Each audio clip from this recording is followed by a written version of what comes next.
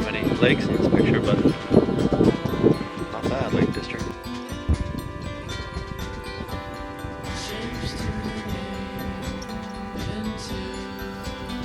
I just switched to my phone because my camera battery died and I only brought one and I forgot to recharge it last night. You should also smell my brakes right now. These roads are incredible. Also, they're not wide enough for 2 cars to pass. So, yeah, it's fun. I recommend it.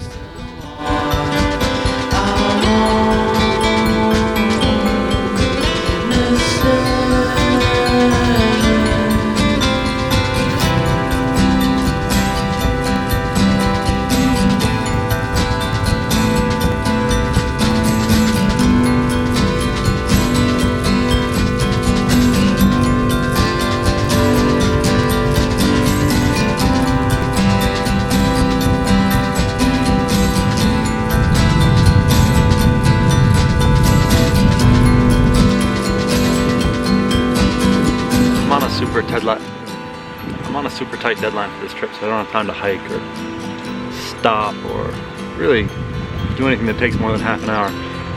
So it's more of a pedestrian, you know, see-through, drive-through trip. But Lake District, everybody said it was awesome, and it is awesome. Mountains and lakes. We're like at altitude, and there's a gigantic lake right here. Just went through a totally awesome little village where I charged my camera at a post office. Now I'm going to continue on to Edinburgh, or Edinburgh, as they say around here.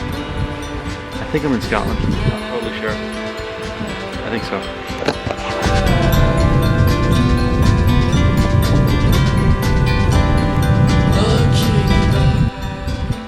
Alright, I'm officially in Scotland.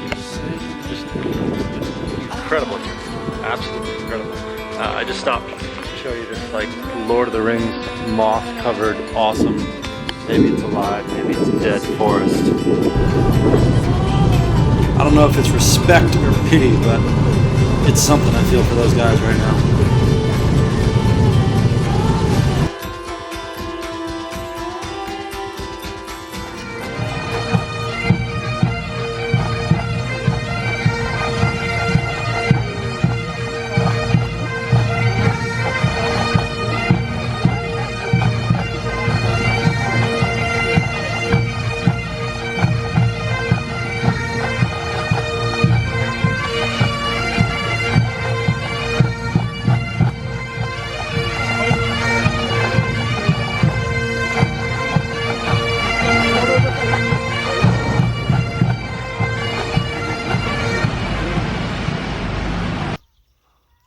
That's Arthur's Seat. Strange. This has to be one of the greatest sledding hills in the world. This is Arthur's Seat. Something about King Arthur. I didn't read the plaque. It was too cold. So this is the Royal Mile. Ends at the palace there. Goes all the way up to the castle there. There. There.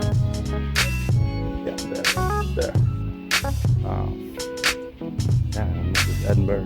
The bridge out there goes to Glasgow. It gives Runyon Canyon a run for its money. Most of the Americans up here this time of day. Everybody else is asleep. A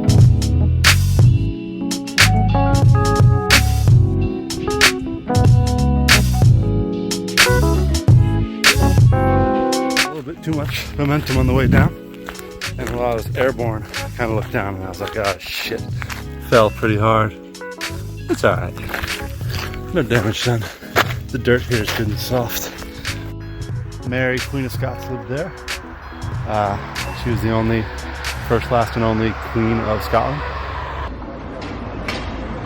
Does anybody know what that means? I just asked a local and he said it was confusing on purpose so that tourists don't park every which way.